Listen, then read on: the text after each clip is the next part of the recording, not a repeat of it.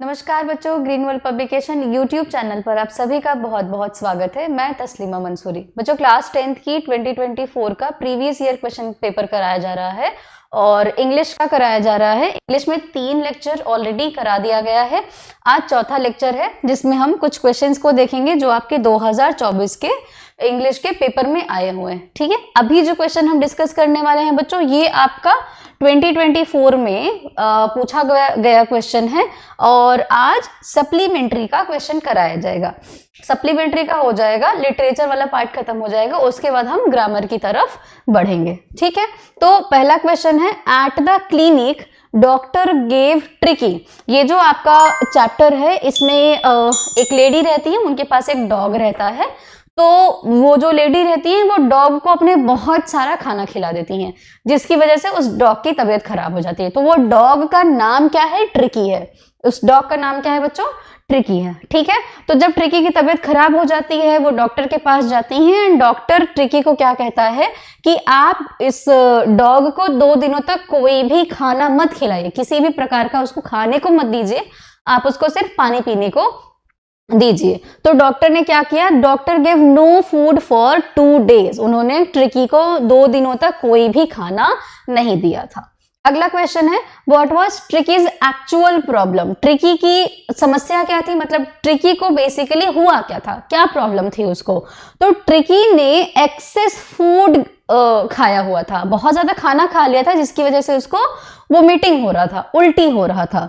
So it was due to excess food he was vomiting. ठीक है बच्चों, अगला क्वेश्चन है, मिसेस पैम्फ्री क्या थी? Mrs Pomfrey was Mrs Pomfrey का आपसे एक व्यक्तित्व पूछ रहा है कि वो कैसी लेडी थी। तो Mrs Pomfrey was a gentle lady. कैसी लेडी थी बच्चों? जेंटल, व्यवहार में अच्छी थी वो। ठीक है, For how many days was Tricky given for no food? मतलब given no food, कितने दिनों तक ट्रिकी को कोई भी भोजन नहीं दिया गया था? तो 2 दिनों तक ट्रिकी को कोई भी भोजन नहीं दिया गया। अगला क्वेश्चन है, during the treatment of the dog the doctor. Treatment के दौरान, मतलब ट्रीटमेंट के दौरान, किसके ट्रीटमेंट के दौरान? डॉग के इलाज के दौरान डॉक्टर ने क्या एहतियात बरती? तो doctor kept an eye on the dog, giving him no food but plenty of water। तो डॉक्टर ने क्या किया कि भाई आप अपने डॉग को 2 दिनों तक किसी भी प्रकार का भोजन मत दीजिए, उसको बस पानी पिलाइए आप। ठीक है, जब बदहजमी हो जाती है, जब इनडाइजेशन होता है, तो खाना थोड़ा सा कुछ समय के लिए क्या करना चाहिए? छोड़ देना चाहिए। अगला क्वेश्चन है, who was mister Harriet. Harriet कौन थे? मिस्टर हैरियट कौन थे? तो mister Harriet was a doctor. Mister Harriet कौन थे बच्चों? एक डॉक्टर थे। अगला क्वेश्चन हम देखते हैं, what was ट्रिकीज only fault. Tricky की एकमात्र गलती क्या थी? तो ट्रिकी ना लालची था और लालच के चक्कर में उसने बहुत सारा खाना खा लिया था, जिसकी वजह से उसकी तबीयत खराब हो गई थी। सॉरी। अगला क्वेश्चन हम आते हैं, द थीव्स स्टोरी नाम से आपका अगला चैप्टर है और इसमें हरी सिंह जो 15 साल का लड़का होता है, यह बेचारा तो नहीं कहूंगी, 15 साल के बच्चे समझदार होते हैं, तो बेसिकली ये काम मतलब चोरी करता है और इसी दौरान वो क्या करता है, एक आदमी से मिलता है, उसका नाम रहता है अनिल। अनिल पेशे से राइटर रहता है। तो जब ये अनिल के पास जाता तो ये चोरी के इरादे से है कि मैं इनके घर से कुछ सामान चुरा करके बेच दूंगा, लेकिन उनसे कहता है कि आप मुझे थोड़ा सा कुछ काम दे दीजिए, अगर आपके घर पे काम हो तो, मेरा कोई नहीं है। ठीक है, तो अनिल एक राइटर रहता है और उसके पास कुछ खास होता नहीं है, तो वो कहता है कि अगर तुमको खाना बनाना आता हो तो मेरे घर पे तुम काम कर लो। तो स्टार्टिंग में अनिल उसको खाना पकाना भी कुछ चीजें सिखाता है, उसको लिखना सिखाता है, पढ़ना सिखाता है और हरी सिंह उसके घर पे रह लेता है। तो रहते रहते एक दिन अनिल थोड़ा सा कुछ नोटों का पैसा घर में लाता है और वो अपने बेडरूम के बेड के नीचे रख देता है और हरी देख लेता है।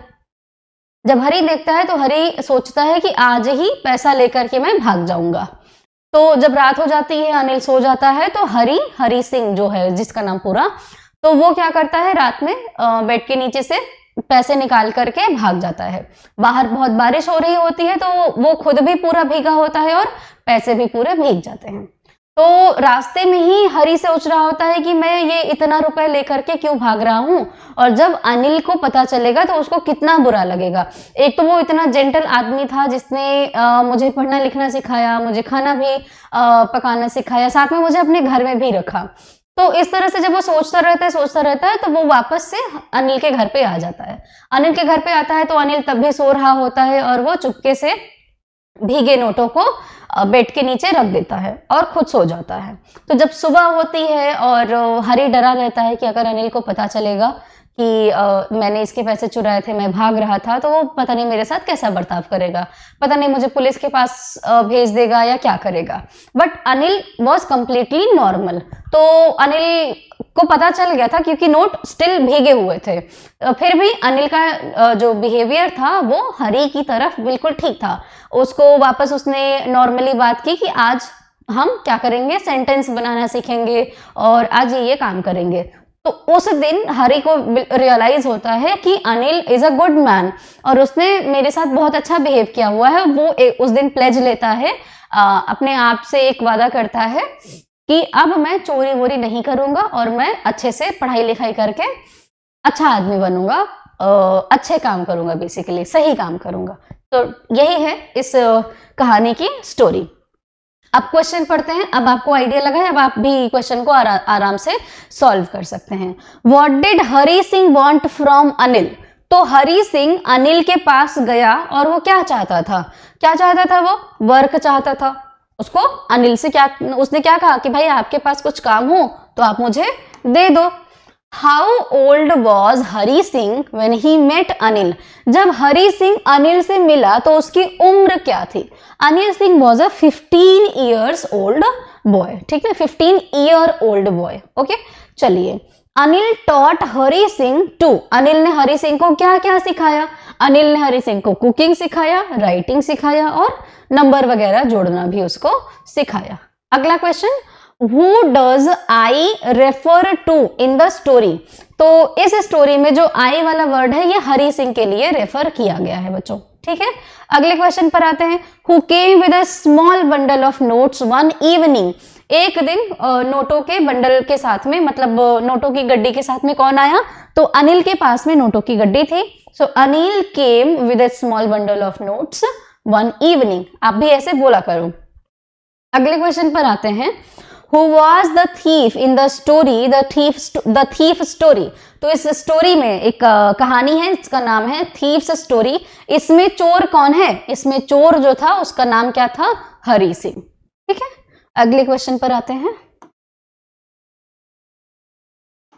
Who came to meet Ozable in the story is the midnight visitor। The midnight visitor ये एक जासूस की कहानी है बच्चों, और ये जो आदमी है ऑजिबल, एक रात इससे मिलने कौन आता है? फोलर मिलने आता है। कौन मिलने आता है? फोलर मिलने आता है। ठीक है, अगला क्वेश्चन जो है वो हम देखते हैं। How many burglars are there in the story? A question of trust. ये जो क्वेश्चन यहाँ पे जो आपने ये वाला पहला वाला क्वेश्चन पढ़ा, ये अलग चैप्टर का है। और नेक्स्ट जो चैप्टर है अ क्वेश्चन ऑफ ट्रस्ट, ये काफी इंटरेस्टिंग स्टोरी है। तो इसकी स्टोरी मैं आपको बताना चाहूंगी। एक आदमी रहता है, होरेस नाम का एक आदमी रहता है। ठीक है बच्चों, ये पेशे से ना चोर रहता है। ठीक है, डकैत आप कह सकते हो, नहीं चोर बोलोगे।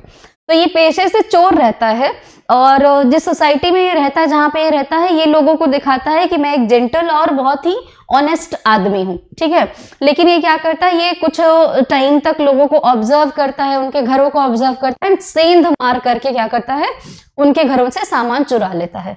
तो ऐसे इसका काम रहता है। बट एक दिन क्या होता है कि ये किसी के घर में जाता है सेंध मार करके। सेंध मारने का मतलब क्या होता है कि दीवार को थोड़ा सा होल करके चुपके से किसी के घर में घुस जाना। ठीक है, तो वो होते हैं।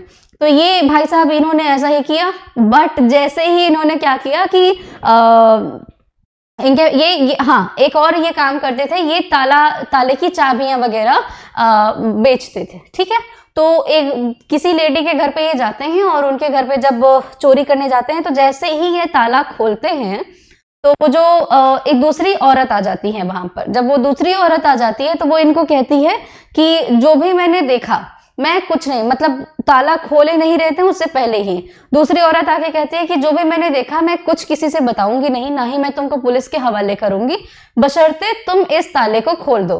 तो होरेस क्या करते हैं, ये जैसे ही ये ताले को खोलते हैं वो औरत पुलिस को फोन कर देती है। पुलिस आती है, होरेस साहब को अरेस्ट करके लेके जाती है। अब आप सोचोगे कि अरेस्ट करके लेके क्यों गई, दोनों ही खड़े थे तो वो भी कह देता कि ये चोरी करने आए थे। एक्चुअली में होरेस ने क्या किया था, ताला खोला था और ताले पर होरेस के फिंगरप्रिंट आ गए, जिसकी वजह से पुलिस ने क्या करा, होरेस को अरेस्ट कर लिया था। अब यहाँ पर इस कहानी से आपको क्या सीखना है, होरेस भले ही चोर था लेकिन उसने दूसरे चोर पर, दूसरी औरत पर क्या किया, भरोसा कर लिया, जिसकी वजह से होरेस को पुलिस के हवाले, मतलब पुलिस अरेस्ट करके लेके चली गई।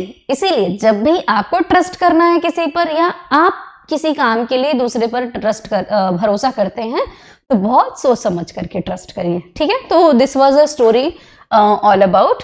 अब हम क्या करते हैं, अब हम क्वेश्चन पर आते हैं अपने।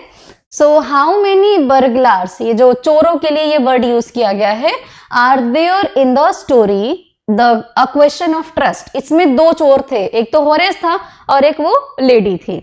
What was the evidence against Horace that got him arrested. क्यों होरेस को अरेस्ट किया गया, तो ताले पर होरेस के फिंगरप्रिंट लगे हुए थे, जिसकी वजह से होरेस को अरेस्ट कर लिया गया था। अगला क्वेश्चन क्या है, what kind of citizen was Horace डैनबी thought. तो होरेस डैनबी कैसा आदमी माना जाता था, तो भाई लोगों की नजरों में कैसा आदमी था, वो ऑनेस्ट था, बट वो एक चोर था। चलिए अगला क्वेश्चन है, by whom was Horace Danby tricked. तो होरेस डैनबी को किसने बेवकूफ बनाया था, होरेस डैनबी को एक क्लेवर यंग लेडी थी, उसने क्या करा था, इनको बेवकूफ बनाया था, फंसा दिया था। अगले क्वेश्चन पर अब हम आते हैं बच्चों। ये भी आपका ऑब्जेक्टिव क्वेश्चन है। ग्रिफिन वॉज एक आदमी रहता है ग्रिफिन नाम का, ये भी बहुत इंटेलिजेंट रहता है एंड पेशे से ये साइंटिस्ट रहता है, लेकिन इसकी कमी ये होती है कि ये बिल्कुल लॉलेस आदमी होता है। लॉलेस का मतलब होता है एकदम जो इलीगल काम करते हैं, गलत काम करते हैं, अपने टैलेंट का मिस यूज करते हैं। साइंटिस्ट का काम है कि आप ऐसे काम करो जो देश की भलाई के लिए हो, या आप जिस भी एरिया में रहते हैं दुनिया की भलाई के लिए बेसिकली हो, ठीक है। लेकिन ग्रिफिथ जो था उसको पूरा का पूरा क्या करना था, उसको अपना फायदा देखना था, अपने लिए काम करना था। तो यही है ग्रिफिथ साहब, और इनके बारे में आगे क्वेश्चन जैसे जैसे पढ़ते जाएंगे हम बातें करते जाएंगे।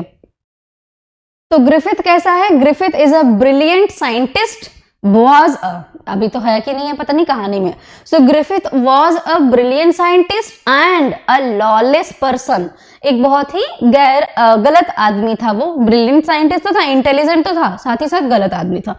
तो आपका ऑप्शन कौन सा सही होगा, ऑप्शन सी सही हो जाएगा, बोथ ए एंड बी। अगले क्वेश्चन पर आते हैं। What did Griffith do in revenge when his landlord tried to eject him।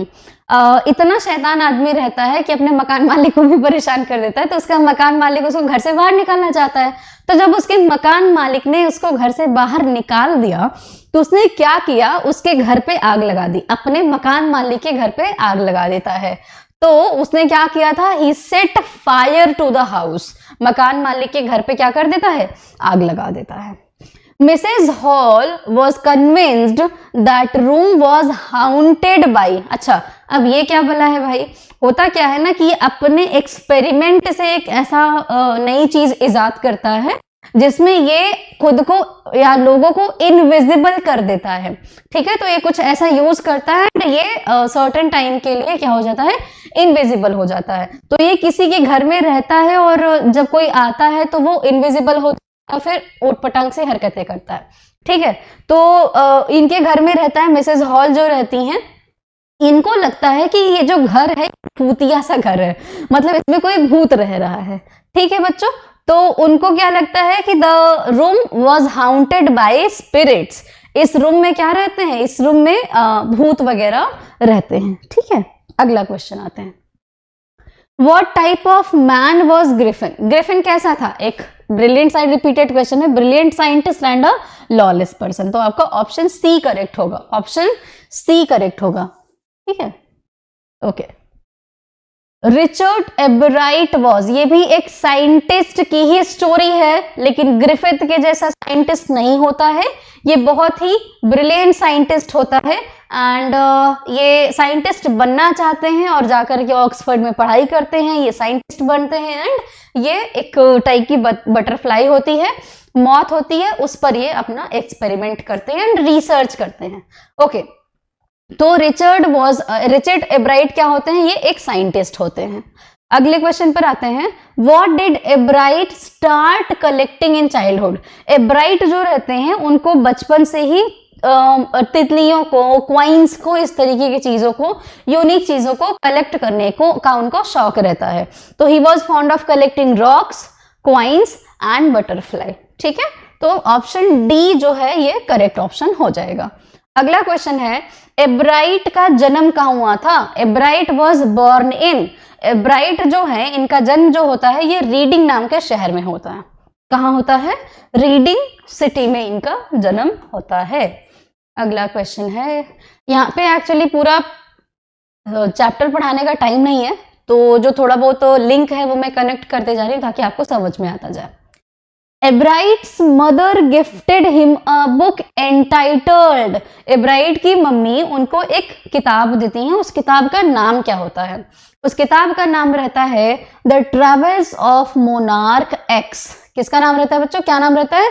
The travels of monarch x. अगला क्वेश्चन आते हैं, one thing that Richard एब्राइट could do is, Richard एब्राइट क्या कर सकते थे, मतलब क्या करते थे?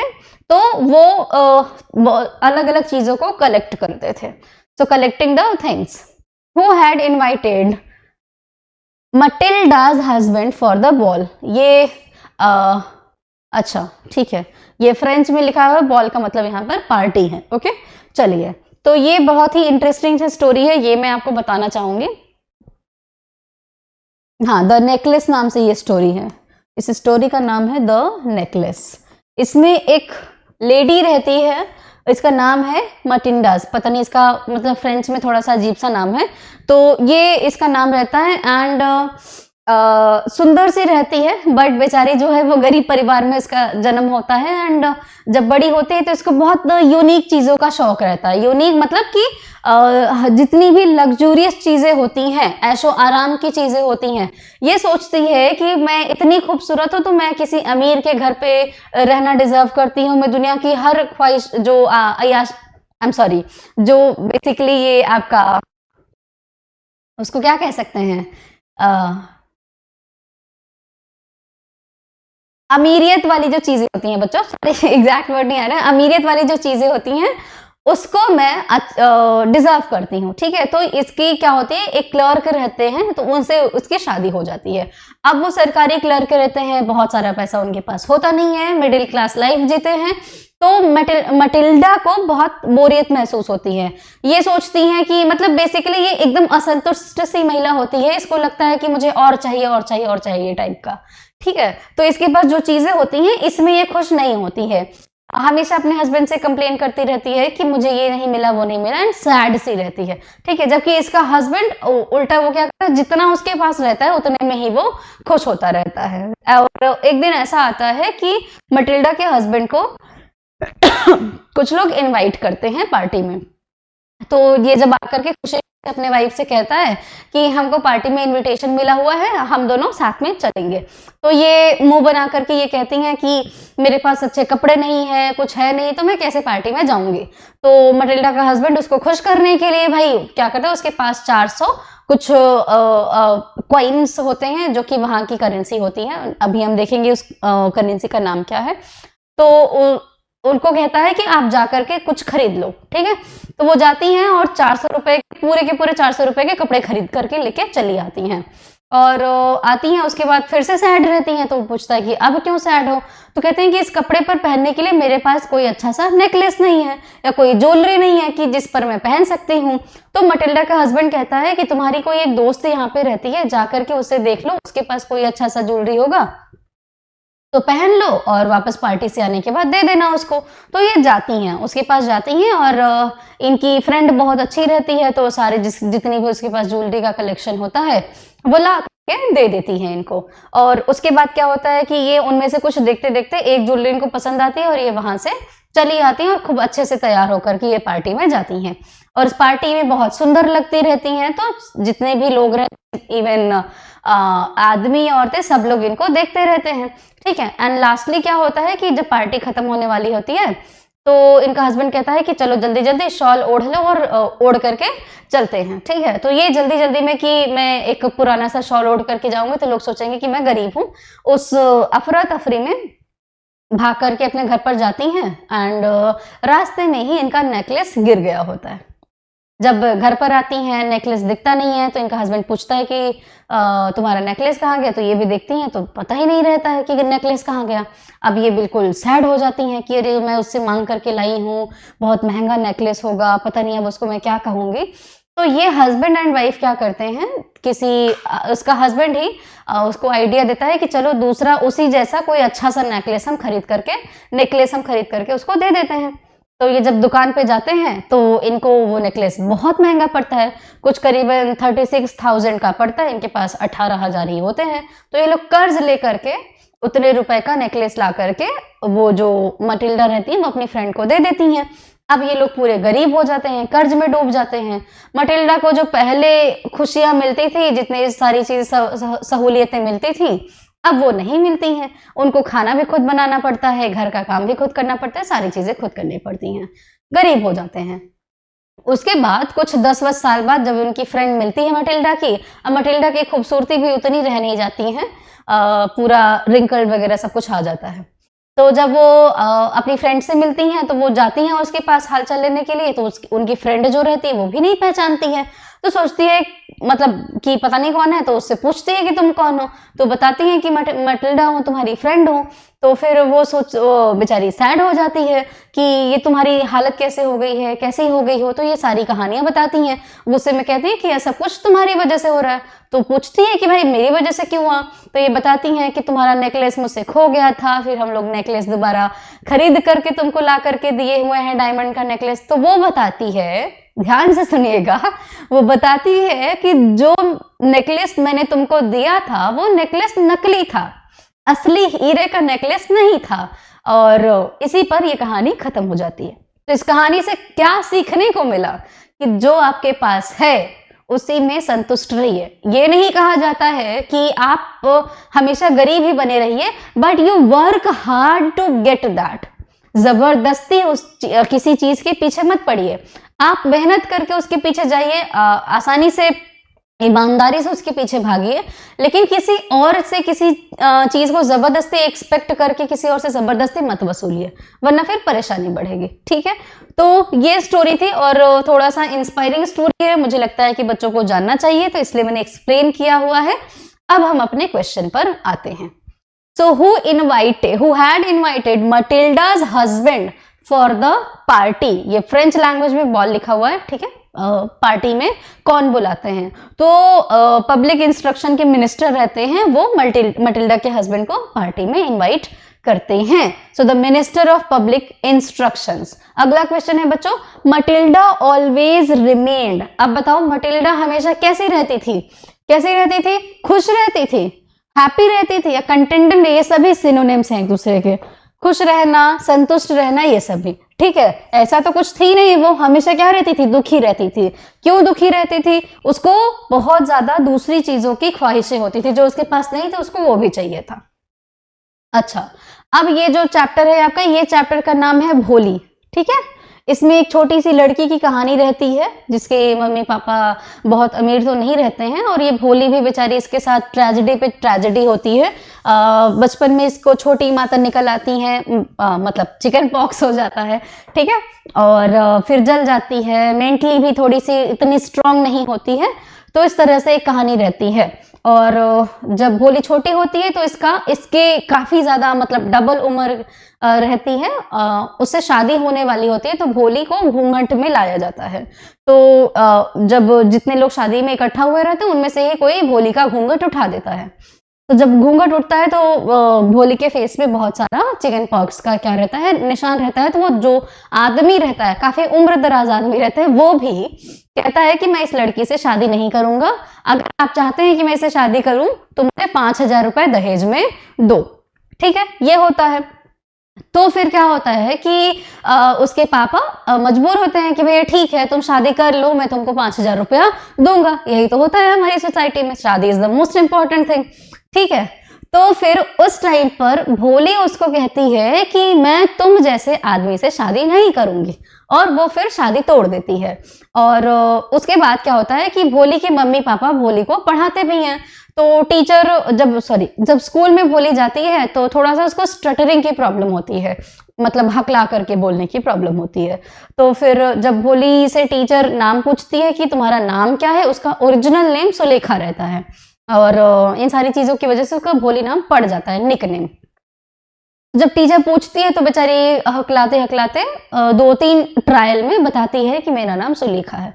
ठीक है, बाकी बच्चे हंसने लगते हैं, क्लास में ये सारी चीजें करते हैं, but teacher was very good, तो वो उसको एनकरेज करती हैं, एंड धीरे धीरे धीरे धीरे भोली पढ़ लिख करके इंडिपेंडेंट वुमन बन जाती है। ओके, क्वेश्चन पर अब आते हैं, चलिए। What was Bholi's real name? तो भोली का असली नाम क्या था? भोली का असली नाम था सुलेखा। चलिए, भोलीज फादर रामलाल हैड, भोली जो थे, मतलब रामलाल का, यहाँ भोली के पापा का नाम है रामलाल। तो रामलाल के कितने बच्चे होते हैं? रामलाल के 3 बेटे होते हैं और 4 बेटियां होती हैं। So he had 3 sons and 4 daughters। Okay, अगला question. Who comforted Bholi in the classroom? तो क्लासरूम में भोली को हेल्प किसने किया या उसको एनकरेज किसने किया? तो ये भोली की टीचर थी, हर teacher. I will not have such a mean, greedy and क्या लिखा हुआ है? अच्छा, contemptible coward as my। ये किसके लिए भोली ने वर्ड यूज किया था कि मैं इतना लालची मतलब इस टाइप के जो वर्ड होते हैं वो मैं वर्ड यहाँ पे यूज नहीं कर सकती, मैं इतने लालची और कायर आदमी से शादी नहीं करूंगी। तो वो जो आदमी था वो भोली कौन लगता? हस्बैंड लगता। तो कहती है कि मैं इतने लालची और कायर आदमी को अपना हस्बैंड नहीं बनाऊंगी। ठीक है, अगला क्वेश्चन। ओके बच्चों, देखिए यहां तक जो था ये आपके सप्लीमेंट्री के ऑब्जेक्टिव क्वेश्चंस खत्म हो गए हैं। अब हम ग्रामर वाले पार्ट पर चलेंगे, जिसमें से आपका अनसीन पैसेज आता है, ट्रांसलेशन वाले जो क्वेश्चंस होते हैं वो आते हैं बच्चों, एंड टेंस रिलेटेड क्वेश्चन आते हैं, वाला क्वेश्चन आता है, ये सारे letter writing, paragraph writing, report and articles writing, ये सब क्वेश्चन जो आते हैं। अब यहाँ से हम ग्रामर के क्वेश्चन को डील करेंगे। तो पहला जो क्वेश्चन है, एंड देखो एक चीज ये मत करना कि कामचोरी में आकर के सिर्फ वीडियो देखो और काम चला लो, ये तो आप बिल्कुल भी मत करना। आपको करना क्या है, इस क्वेश्चन को यहाँ पे कराया इसलिए जा रहा है ताकि आपको आइडिया लगे, और थोड़ा बहुत जो मन में डर बना हुआ है इंग्लिश लैंग्वेज को लेकर के वो चीजें आप निकाल दो। ठीक है, मैं पूरी कोशिश कर रही हूँ कि आपको थोड़ा सा समझ में आए, एंड आपको जितना हो सके वो हेल्प यहाँ से मिल सके। एंड आप क्या करिए, आप क्वेश्चन बैंक उठाइए, जितने भी प्रीवियस ईयर क्वेश्चन हैं बच्चों आप बस सॉल्व करते रहिए। इस टाइम पर पूरा चैप्टर पढ़ने के पीछे मत पढ़ो, बस क्वेश्चन आंसर को सॉल्व करो। क्वेश्चन पढ़ो, उसका आंसर लिखो, क्वेश्चन पढ़ो, आंसर लिखो, हर एक सब्जेक्ट में करो, प्लीज ये करो, ये बहुत जरूरी है आपके लिए। अब जरा क्वेश्चन पर आइए। Read the following passage carefully and answer the questions that follow. देखो अगर मुझे होता है जल्दी जल्दी कराना होता तो मैं इसका आंसर यहाँ पे लगा दी होती, पर मैं वो करना नहीं चाहती हूँ क्योंकि उससे फिर आपको कुछ समझ नहीं आएगा, मतलब सीखने को नहीं मिलेगा बेसिकली। पहले मैं क्या करूंगी, पहले मैं आपका ये पैसेज पढ़ूंगी, ठीक है, उसके बाद ये हम क्वेश्चन पढ़ेंगे। देखो पैसेज के क्वेश्चन को सॉल्व करने के लिए ना अपने दिमाग से तो कुछ नहीं करना, ठीक। सबसे पहला काम क्या करना है, जितना पैसेज में लिखा गया है तुम्हारे क्वेश्चन का आंसर इसी पैसेज में ही होगा। बिल्कुल ध्यान से सुनना और दिमाग में रख लो ये बात, जब भी पैसेज से रिलेटेड आपको क्वेश्चन सॉल्व करना है आपको सिर्फ और सिर्फ एक एक वर्ड पैसेज से ही इस्तेमाल करना है। पैसेज के बाहर कुछ नहीं करना है। ये गलत बोले तो गलत लिखो, सही बोले तो सही लिखो। कौन? पैसेज में जो चीजें लिखी हुई हैं। ठीक है, चलिए क्वेश्चन पढ़िए, मतलब पैसेज को पढ़ो। Robin hood was the leader of the company of outlaws who lived in क्या लिखा हुआ है? Sherwood forest. अच्छा, शेरवुड फॉरेस्ट। तो रॉबिन हुड क्या था? ये जो इलीगल काम करने वाले लोग होते हैं उनका लीडर था रॉबिन हुड। ठीक है ना? और ये कौन से जंगल में रहते थे बच्चों? शेरवुड जंगल में ये रहते थे। So his name was a terror to rich travelers, but he was loved by the poor. अच्छा, whom he saved from cruel landlords and often helped them with money. अच्छा, तो जो ये जो रॉबिन हुड है ना, ये अमीरों को लूटा करते थे और गरीबों की मदद करते थे। तो गरीबों के लिए क्या हो गए हैं? मसीहा हो गए हैं। अमीरों के लिए क्या हो गए हैं? अमीरों के लिए ये डकैत हो गए हैं। ठीक है ना? शैतान बोल सकते हो, ऐसे टाइप के हो गए हैं। ठीक है, तो यही कह रहा है कि अमीरों के लिए वो एक क्या थे? टेरर टाइप के थे, एक डर बैठा हुआ था अमीरों के मन में, और गरीबों के लिए वो एक क्या थे? मसीहा थे, क्योंकि वो उनकी मदद किया करते थे।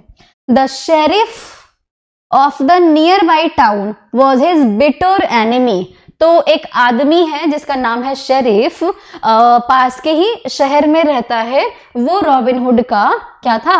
पक्का दुश्मन था। After many attempts to catch Robin Hood, the sheriff one day declared in the hearing of many people, I am willing to give half of my wealth to anyone who will help me to catch Robin Hood.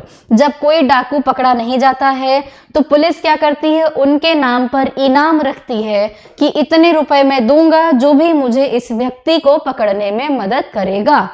और रुपया सबसे बड़ा लालच होता है, अपना भी दुश्मन हो जाएगा अगर रुपया बीच में आएगा तो। ठीक है, तो शेरिफ जो है बहुत कोशिशें करता है, रॉबिन हुड को पकड़ नहीं पाता है, तो ये क्या करता है? कहता है कि मैं अपनी आधी दौलत दे दूंगा जो भी व्यक्ति मुझे रॉबिन हुड को पकड़ने में मदद करेगा। तो अब हम क्या करेंगे? अब हम क्वेश्चन पढ़ेंगे एंड आपको क्या करना है? आंसर ढूंढना है। कहां से? इस पैसेज में से। अपना कोई दिमाग मत लगाना।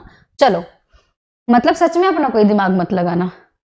Who was Robin Hood and where did he live? देख लो, आंसर मिल गया।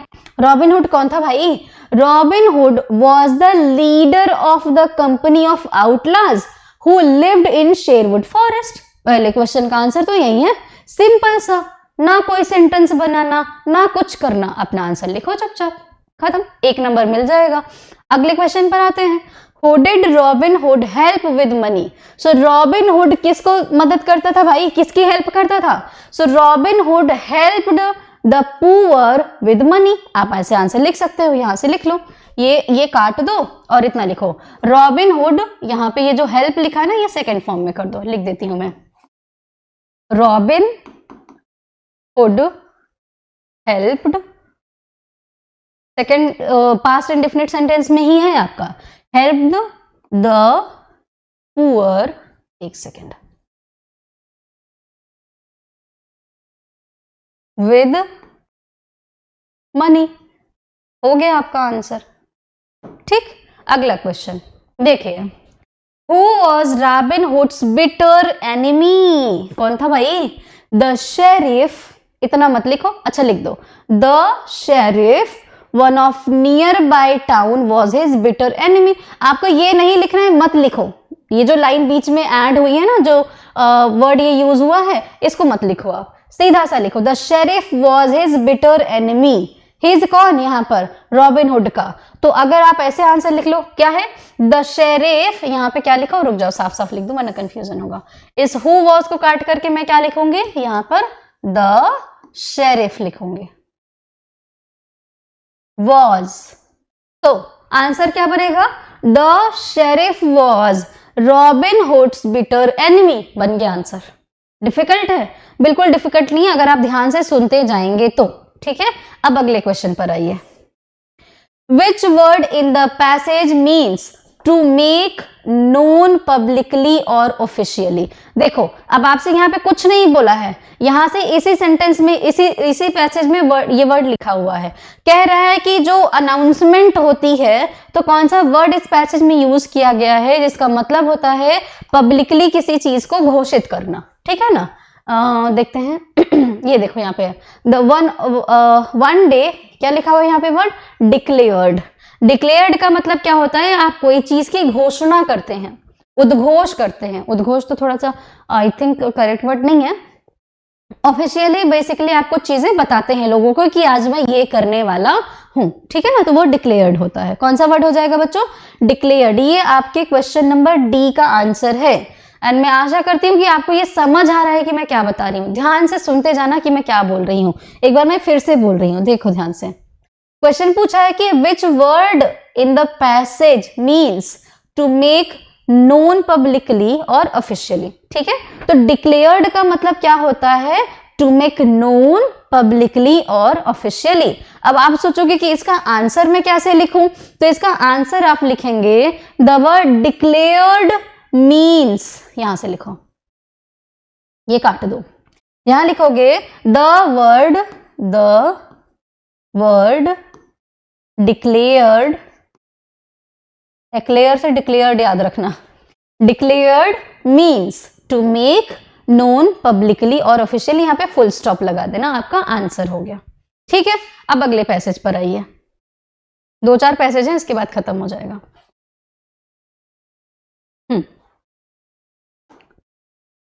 To try is the first step of the ladder. To try is the first step of the ladder of success. If you do not try, you cannot be successful.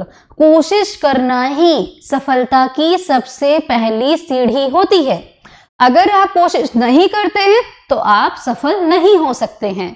All the great men of the world led very diligent lives. जितने भी संसार के जितने भी बड़े लोग हैं या सफल लोग हैं या महान लोग हैं, उन्होंने बहुत ही अच्छी जिंदगी, सोची समझी समझदारी वाली जिंदगी जी हुई है, अच्छी जिंदगी जी हुई है। तो they did not waste even a minute, उन्होंने अपने जीवन का 1 मिनट भी बर्बाद नहीं किया है। Hence they could perform such glorious deeds, और अतः वे इतने महान कार्य करके गए हुए हैं, या उन्होंने इतना महान कार्य किया हुआ है। बहुत सारे लोगों ने संसार को बहुत कुछ दिया हुआ है। Okay, one who works is bound to reap the rewards of one's efforts. तो क्या लिखा हुआ है, one who works is bound to reap the rewards of one's effort. Yes, तो जो लोग मेहनत करते हैं उनको उनकी मेहनत का फल मिलता है। इस लाइन का मतलब होता है यही। So one who works is bound to reap the rewards of one's effort. जो लोग मेहनत करते हैं उनको उनकी मेहनत का फल मिलता है। ठीक है, idleness is the way to ruin oneself. Idleness का मतलब होता है आलस। तो आलसीपन जो होता है, नेस जब लग जाएगा ना, आलसी एब्स्ट्रैक्ट नाउन बन जाएगा। तो आलसीपन क्या करेगा, किसी की जिंदगी बर्बाद कर सकता है। अगला क्वेश्चन मतलब sorry, therefore one should give up idleness and having girded up one's loin should try to ascend up the hill to success. Hill, not heel. Hill to success. तो क्या कहा जा रहा है कि इसीलिए हमें क्या करना चाहिए, हमें आलस को छोड़ करके क्या करना चाहिए, हार्डवर्क करना चाहिए। जो हम अपने जीवन में जो मकसद पाना चाहते हैं, जो सफलता पाना चाहते हैं, उसके लिए प्रयास करते रहना चाहिए और सफलता की ऊंचाइयों पर चढ़ते जाना चाहिए। अब आते हैं बच्चों, क्वेश्चन पढ़ते हैं और आंसर भी हम ढूंढते हैं। ठीक है, चलिए देखिए, What should we do to get success in life? हमें क्या करना चाहिए भाई?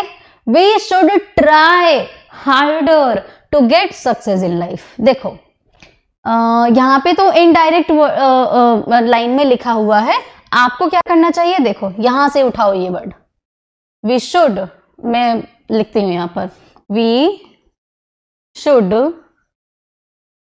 ट्राई हार्डर, कुछ वर्ड लिख लिया मतलब लिखना ही होता है, to get success in life. ठीक है, हमें जीवन में क्या करना होता है, मेहनत करना पड़ता है, कोशिश करना पड़ता है, हार्डवर्क करना पड़ता है, तभी जाकर के हमको क्या मिलेगी, सफलता मिलती है। अगला क्वेश्चन है, ये आपके क्वेश्चन नंबर ए का आंसर है। What type of life did the great men of the world lead? तो उन्होंने कैसी लाइफ जी हुई है, यहाँ पे आपका क्वेश्चन का आंसर है, All the great men of the world led a very diligent life। ये आपके क्वेश्चन नंबर सेकेंड जो है उसका आंसर है।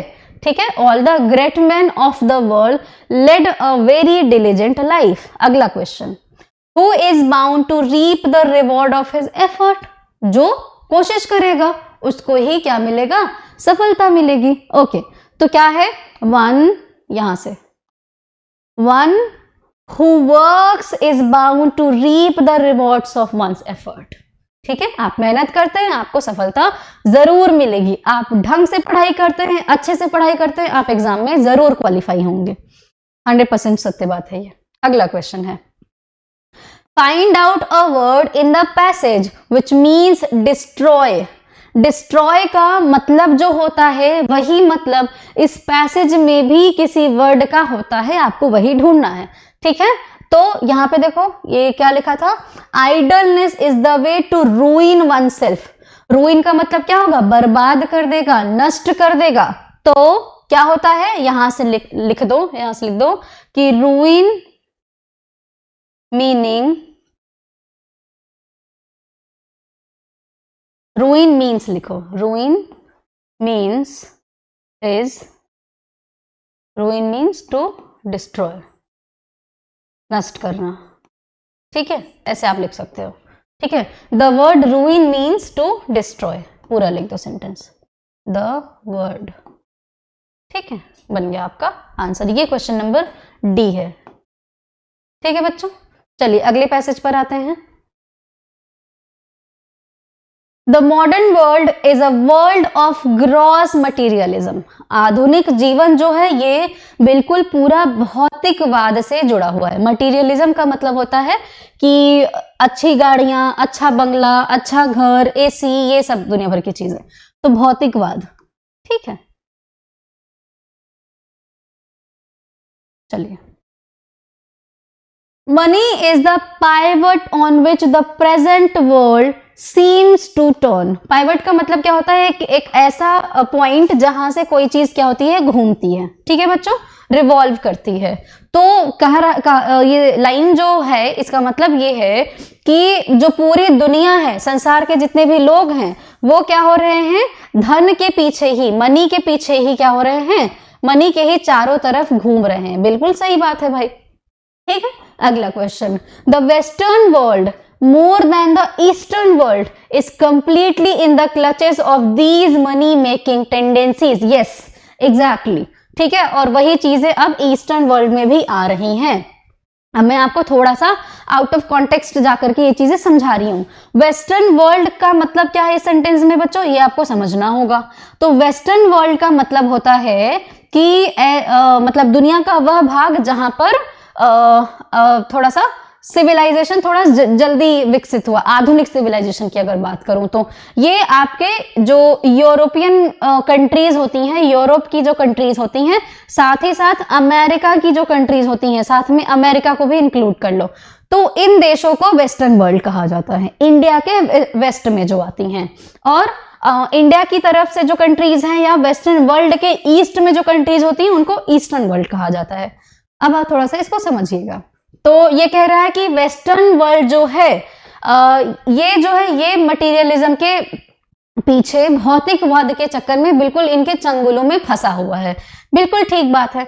The money thus made is put to a variety of uses, good, bad and indifferent. ठीक है ना, तो कह रहे हैं कि यहाँ पे क्या लिखा हुआ है कि धन का उपयोग अच्छे बुरे सभी प्रकार के कामों के लिए किया जाता है।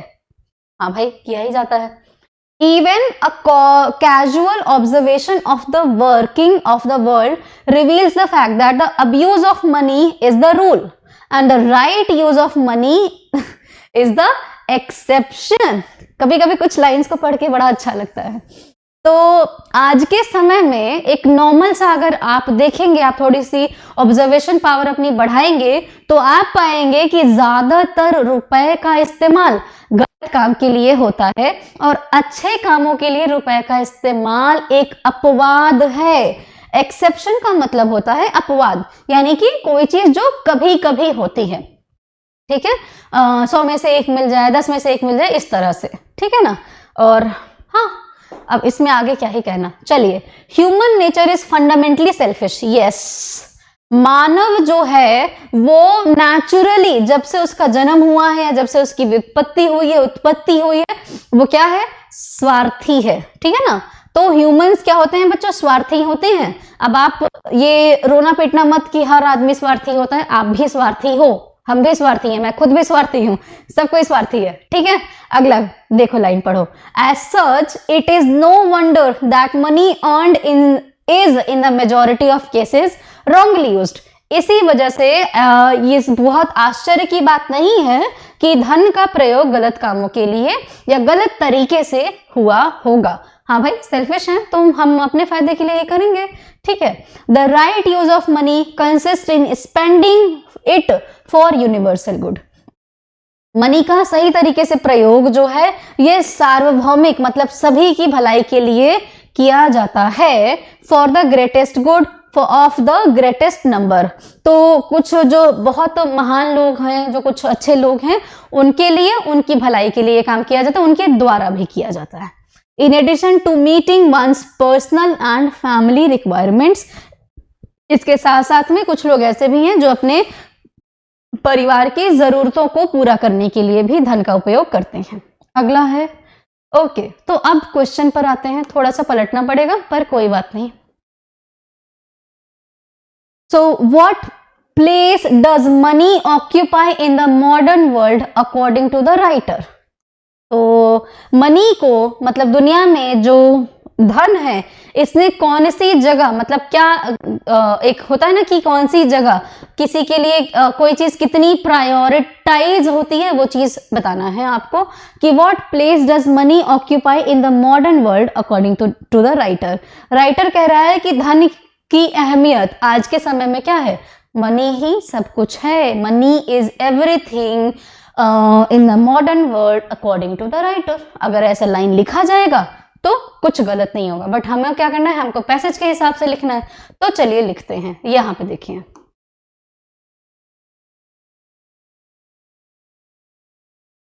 यहां से आप आंसर लिख सकते हो. The modern world is a world of gross materialism. Money is the pivot on which the present world seems to turn. ये हो जाएगा आपका पहला आंसर. ठीक है, पैसेज के हिसाब से अगर आपको आंसर लिखना है तो. अब अगला क्वेश्चन पढ़ते हैं. हाउ इज मनी, अच्छा sorry, how is money generally used by people everywhere. Generally, सामान्यतः मनी का यानी कि धन का उपयोग लोगों के द्वारा कैसा किया जाता है? तो यहाँ पे आप क्या लिखोगे कि generally money is used for unfair या wrong, for wrong purposes. ठीक है, ठीक है बच्चों, ये हो जाएगा. अगला क्वेश्चन आता है. What is the right use of money according to the writer? So what is the right use of money? So if someone is spending money for good and for universal good. Universal good. and for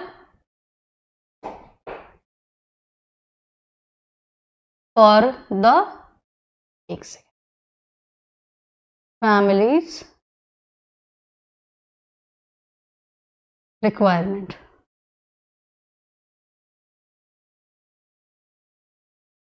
for, अच्छा यहाँ पे ना लिख लो for fulfilling the families requirement, और एक line यहाँ पे ऐड कर देना, वर्ड ऐड करना, फुलफिलिंग द फैमिलीज रिक्वायरमेंट, ठीक है। Is the right use of money, ये हो जाएगा आपका आंसर, ठीक है। सेंटेंस में भी जाकर के मैं बता सकती हूँ, बट अगर आप चाहो तो आप खुद से भी आंसर फ्रेम कर सकते हैं, ठीक है बच्चों। चलिए ओके, ये अगर मैं हटाऊंगी तो ये क्या हो जाएगा, ये चला जाएगा। तो अगर आप आंसर लिखना चाहते हैं तो आप आंसर लिख सकते हैं, या स्क्रीनशॉट ले लीजिए, मैं साइड हुई हूँ, बाद में आप लिख लीजिएगा। एक्चुअली मेरी हैंड राइटिंग थोड़ी सी उतनी कुछ लेटर्स आपको क्लियर नहीं होंगे, तो मैंने पढ़ दिया हुआ है लिखते टाइम, आप स्पेलिंग लिख सकते हैं उसका। चलिए अगला question, which word in the passage means needs. अभी मैंने लिखा हुआ था यहाँ पे, आई गेस रिक्वायरमेंट वाला वर्ड आया हुआ है, ये देखिए, ठीक है, ये जो वर्ड है, ठीक। चलो पीछे चल के बताते हैं,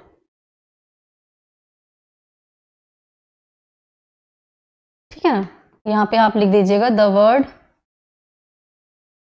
रिक्वायरमेंट। एग्जाम में जब लिखना ना, ये वाला जो आता है इसको अंडरलाइन कर देना या बोल्ड कर देना, ऐसे। The word requirement means need,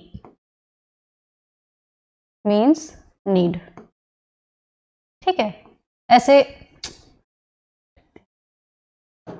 लिख दीजिएगा, ठीक है। तो इससे क्या होगा, टीचर जो चेक करने वाला होगा उसको जो असल बात है वो समझ आ जाएगी, ऐसे अंडरलाइन कर दिया करो। ओके, आई थिंक 2 पैसेज और है, हाँ चलिए ठीक है, ठीक है। अब अगले पैसेज पर आते हैं, लास्ट, इसके बाद लास्ट पैसेज होगा, फिर खत्म हो जाएगा। Okay, so Florence Nightingale was born in Florence in Italy on 12 May 1820, ठीक है ना। नर्स दिवस कुछ मनाया जाता है 12 मई को। Florence Nightingale was born in Florence in Italy on May 12, 1820। 1820 में 12 मई के दिन फ्लोरेंस, इटली का एक शहर है, वहां पर फ्लोरेंस नाइटिंगेल का जन्म होता है। Her parents named her after the name of the city where she was born. तो उनका नाम उस शहर के नाम पर ही पड़ा था जहां पर उनका जन्म हुआ था। Her sole ambition in life was to be a nurse, and so she gave up all thoughts of marriage and personal happiness.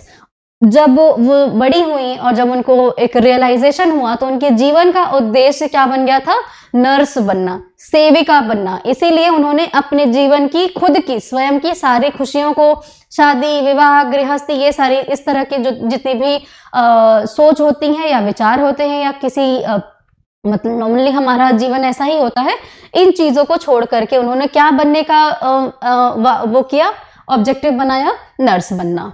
She spent years visiting hospital after hospital. तो उन्होंने कई सालों तक अस्पताल दर अस्पताल लोगों की क्या करी थी, सेवाएं की थी। Day and night she visited every bed in the hospital to see that no patient was neglected and that all were as comfortable as possible। आज के टाइम पर फ्लोरेंस नाइटिंगेल जैसे मुझे तो अभी तक कोई नर्स दिखी नहीं है, बट लेट्स सी, शायद दिख जाए, ठीक है बच्चों। तो हालांकि आइए फ्लोरेंस नाइटिंगेल की बात करते हैं। तो रात और दिन अपने जिस भी अस्पताल में वो हुआ करती थी, मरीजों की हर एक बेड पर जाकर के मरीज को देखती थी, उसकी जरूरतें पूछती थी, उसको पूरा करती थी, ताकि किसी भी एक भी मरीज को किसी भी तरीके की कोई परेशानी ना होने पाए। अच्छा, अगला question, however hard she might have worked all day, every night she would take her lamp and move from bed to bed. तो चाहे दिन भर वो कितना भी काम किए हों, दिन भर उन्होंने कितना भी हार्डवर्क किया हो, रात को सोने से पहले वो हर एक बेड पर लैंप ले जा करके, लैंप के साथ साथ में हर एक बेड पर जाती थी कि किसी मरीज को कोई दिक्कत तो नहीं है, सारे मरीज अच्छे से आराम कर रहे हैं कि नहीं कर रहे हैं, इस तरह से हर एक मरीज के पास में वो जाती थी। इसी वजह से उनका नाम पड़ता है the lady with the lamp. उनका नाम क्या पड़ता है? The lady with the lamp. The soldier calls her and that is the name by which the world has remembered her ever since. तो सोल्जर के द्वारा, सोल्जर्स ने उनका नाम क्या दिया था? The lady with the lamp. और आज भी फ्लोरेंस नाइटिंगेल को इसी नाम से जाना जाता है। तो अब जरा क्वेश्चन की बारी, क्वेश्चन देखते हैं। How was Florence Nightingale named by her parents? तो फ्लोरेंस नाइटिंगेल का नाम उनके पिता, मतलब उनके माता पिता के द्वारा कैसे रखा गया था? तो यहां है आपका पहला क्वेश्चन का आंसर, ये her parents named her after the name of the city where she was born। ठीक है, अगला, what was Florence Nightingale's ambition? Florence Nightingale का एम्बिशन क्या था? Second, her sole ambition in life was to be a nurse and so she, अच्छा यहां से बस करो, her sole ambition in life was to be a nurse, बस इतना ही, ये सब मत एक्स्ट्रा आप चीजें लिखो अगर आपसे पूछा नहीं गया तो। Okay, next, what did the soldiers call her? Soldiers उनको क्या बुलाते थे? तो यहां से आप आंसर ऐसे लिख देना, ये ऐसे लिख देना, the soldiers called her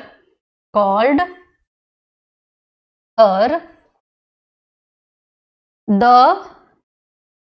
lady with the lamp. ठीक, ये हो गया आपका आंसर। अगला question, which word in the passage is the opposite of the forgotten? तो फॉरगॉटेन का ऑपोजिट बताना है, बताओ। रिमेम्बर्ड का मतलब क्या होता है? याद रखना, ठीक है ना, याद रहना। और फॉरगेट का मतलब क्या होता है? भूलना। फॉरगेट से ही उसका बना हुआ है थर्ड फॉर्म फॉरगॉटेन, ठीक है। तो यहां पे लिख दीजिए the word remembered meaning forgotten, ठीक है। अच्छा, ऑपोजिट मीनिंग है ना, opposite meaning of is the opposite, तो गलत हो जाता ना, is the opposite meaning of forgotten, ठीक है। चलिए स्क्रीनशॉट ले लीजिए और अगले क्वेश्चन पर हम आते हैं। मुझे वापस उधर ही जाना पड़ेगा, चलो कोई बात नहीं, ठीक है। चलिए पढ़ते हैं। लास्ट पैसेज है आज का, ध्यान से बिल्कुल देखिएगा, चाहे कितना भी टाइम का वीडियो क्यों ना हो। और अगर मैं स्लो बोल रही हूं तो 1.5 पर करके स्पीड बढ़ा करके वीडियो देखिए, पर लास्ट तक पूरा देखिए। The bulk of are population is poor and illiterate. ज्यादातर जो जनसंख्या है वो क्या है? गरीब है और अशिक्षित है। इलिटरेट का मतलब होता है अशिक्षित। Their sorry condition poses a problem. Sorry condition का मतलब क्या होता है? दयनीय कंडीशन, दुखी कंडीशन, जो थोड़ा सा समस्या वाला अवस्था है, ठीक है ना, दयनीय अवस्था। तो उनकी जो दयनीय अवस्था है एक समस्या बनी हुई है। On the one hand, there is a shortage of teachers for adult education, and on the other hand, the adults feel shy of starting to learn at a late age and attend classes like children. एक तरफ जहां पर शिक्षकों की बहुत ज्यादा कमी है, जो वयस्क बच्चे हैं उनको शिक्षा दे सके, तो दूसरी तरफ जो थोड़े से बच्चे बड़े हो जाते हैं तो उनको विद्यालय जाने में, स्कूल जाने में बड़ी शर्म आती है, शिक्षा ग्रहण करने में शर्म आती है। जब एक समय हो जाता है, एक एज हो जाता है, 30-35 ईयर्स की एज है या 25 की एज है या 20 ईयर्स इवन एज है, तो स्कूल जाने में हमें क्या होता है, बहुत खराब लगता है कि अब इस उम्र में मैं पढ़ने जाऊंगा, इस उम्र में मैं स्कूल जाऊंगा, इस तरह से। ठीक है। Moreover, the adult villagers have little time to spare for attending classes. और इससे बड़ी और बात कि जो वयस्क गांव के लोग हैं उनके पास तो बहुत मुश्किल से क्लासेस को अटेंड करने का टाइम मिल पाता है। ठीक है। The job of a farmer is very strenuous and he needs ample rest and relaxation. एक किसान जो होता है उसका काम बहुत मेहनत वाला काम होता है, फिजिकली मेंटली उसका बहुत ज़्यादा हार्डवर्क उसको करना पड़ता है, तो उसको थोड़ा सा आराम करने का भी उसको टाइम चाहिए, आराम करने की भी ज़रूरत उसको होती है।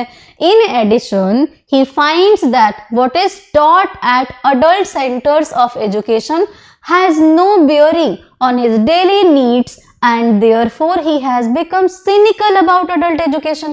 भैया एक किसान है, अब उसको क्या चाहिए कि मेरे खेत के लिए क्या फायदेमंद है, किस तरह से मैं अपने मतलब अनाज का उत्पादन बढ़ाऊं, प्रोडक्टिविटी बढ़ाऊं, अपने मिट्टी को कैसे उपजाऊ बनाऊं, क्या जरूरत है, कीड़े मकोड़े से कैसे अपने फसल को मैं सेफ रखूं, इस टाइप की अगर एजुकेशन उसको मिलती है तब तो वो शिक्षा ग्रहण करेगा।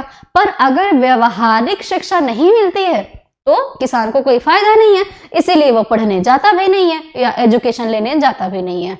It is necessary to make adult education in villages agriculture oriented so as to make it more meaningful for the farmers. इसीलिए ये बहुत जरूरी है कि गांवों में जो किसान लोग हैं उनसे रिलेटेड शिक्षा दी जाए ताकि सभी लोग शिक्षा की तरफ क्या हो, आकर्षित हो और उनके लिए फायदेमंद भी हो। In towns and cities also, adult education needs to be made work based. अब अडल्ट एजुकेशन का मतलब यहाँ पे आप समझो बच्चों कि ग्रेजुएशन करने के बाद, इवन 12th करने के बाद क्या होता है कि हमें जॉब करने की जरूरत पड़ने लगती है, हमें कमाना होता है। ठीक है। अब अगर जॉब ओरिएंटेड पढ़ाई नहीं मिल रही है, काम रिलेटेड पढ़ाई नहीं हो रही है, तो किताबी पढ़ाई का कोई फायदा नहीं है। MA करके, PhD करके लोग बैठे रहते हैं, उसका कोई मतलब नहीं निकलता है। तो ये जो पैसेज है बहुत अच्छा पैसेज है, एजुकेशन सिस्टम में सुधार करने से रिलेटेड ही आपका पैसेज बना हुआ है। तो शहरों में भी अडल्ट एजुकेशन ऐसा हो जो मतलब जैसे इंसान ट्रेनिंग स्किल सीख सके, कुछ नए नए स्किल्स को अटेंड कर सके, ग्रहण कर सके, ताकि वो क्या मिले, उसको जॉब मिल सके। It should compromise types of system in which earning and learning go together side by side. तो ऐसा, आई एम सॉरी यहाँ पे कंप्राइज लिखना चाहिए था, ये अच्छा कंपायर्स, चलो ठीक है, कंपायर से गलत मैंने पढ़ा था। ठीक है। यहाँ पर क्या कह रहा है कि शिक्षा ऐसी हो जो काम के साथ साथ, मतलब शिक्षा के साथ साथ में काम भी दिला सके। Effort should be made to discourage the tendency of the village folk to migrate to the towns. गांव से लोग काम के लिए शहरों में जाते हैं। क्यों जाते हैं? क्योंकि गांव में ऐसा काम नहीं है।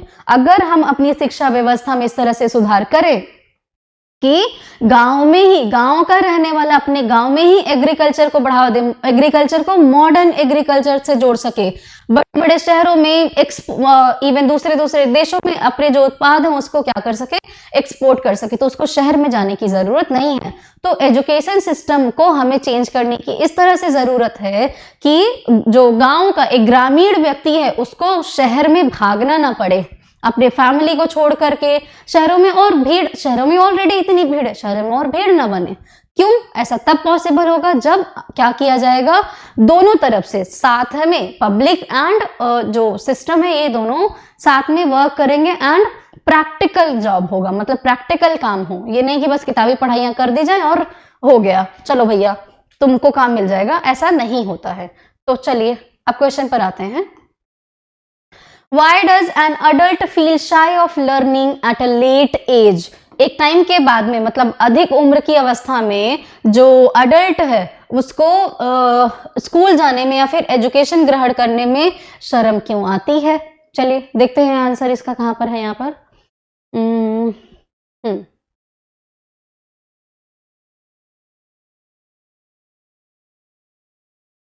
ये देखिए, the adults feel shy of starting to learn at late age and attend classes like children. The adults, ठीक है ना, यहां से आप लिखोगे, ये काट दोगे, ठीक है, ये फुल स्टॉप कर दोगे, तो the adult villagers have little time to spare for attending classes. They have a lot of work to do and that is why they have little time to spend in the classes. ठीक है, यहां से आप, ये answer आपका हो जाएगा, यहां से पहला आंसर यहां से स्टार्ट होगा। The adult feel shy of starting to learn at a late age and attend classes like children, full stop.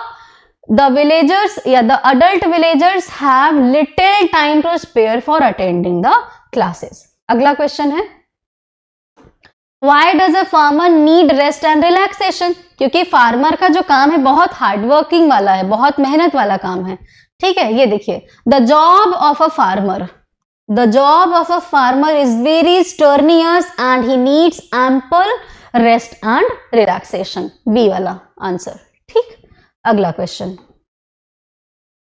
In towns and cities, adult education needs to be made work based. What meaning do you draw from this statement? ठीक है, तो इसका मतलब क्या हुआ भैया, ये दोनों लाइन आप लिखिएगा, मतलब ये जो ऊपर की लाइन है ये आपके आंसर में रहेगा ही। चलो मैं लिख देती हूं, इन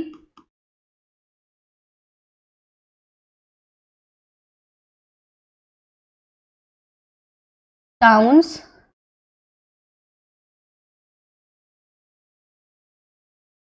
and cities, adult education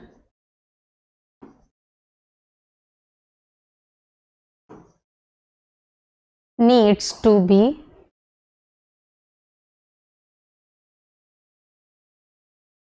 made work based.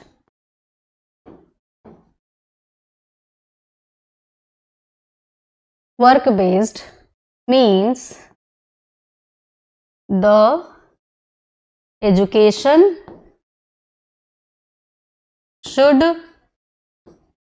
be providing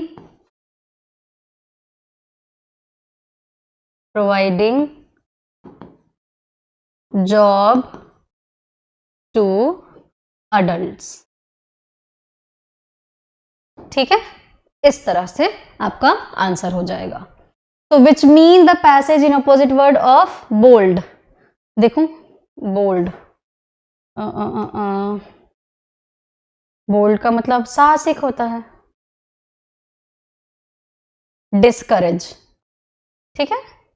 तो यहां पे आंसर क्या हो जाएगा आपका, द वर्ड डिस्करेज मीनिंग, आप लिख लीजिएगा, the word discourage meaning the opposite meaning of the, अरे यार एक सेकेंड,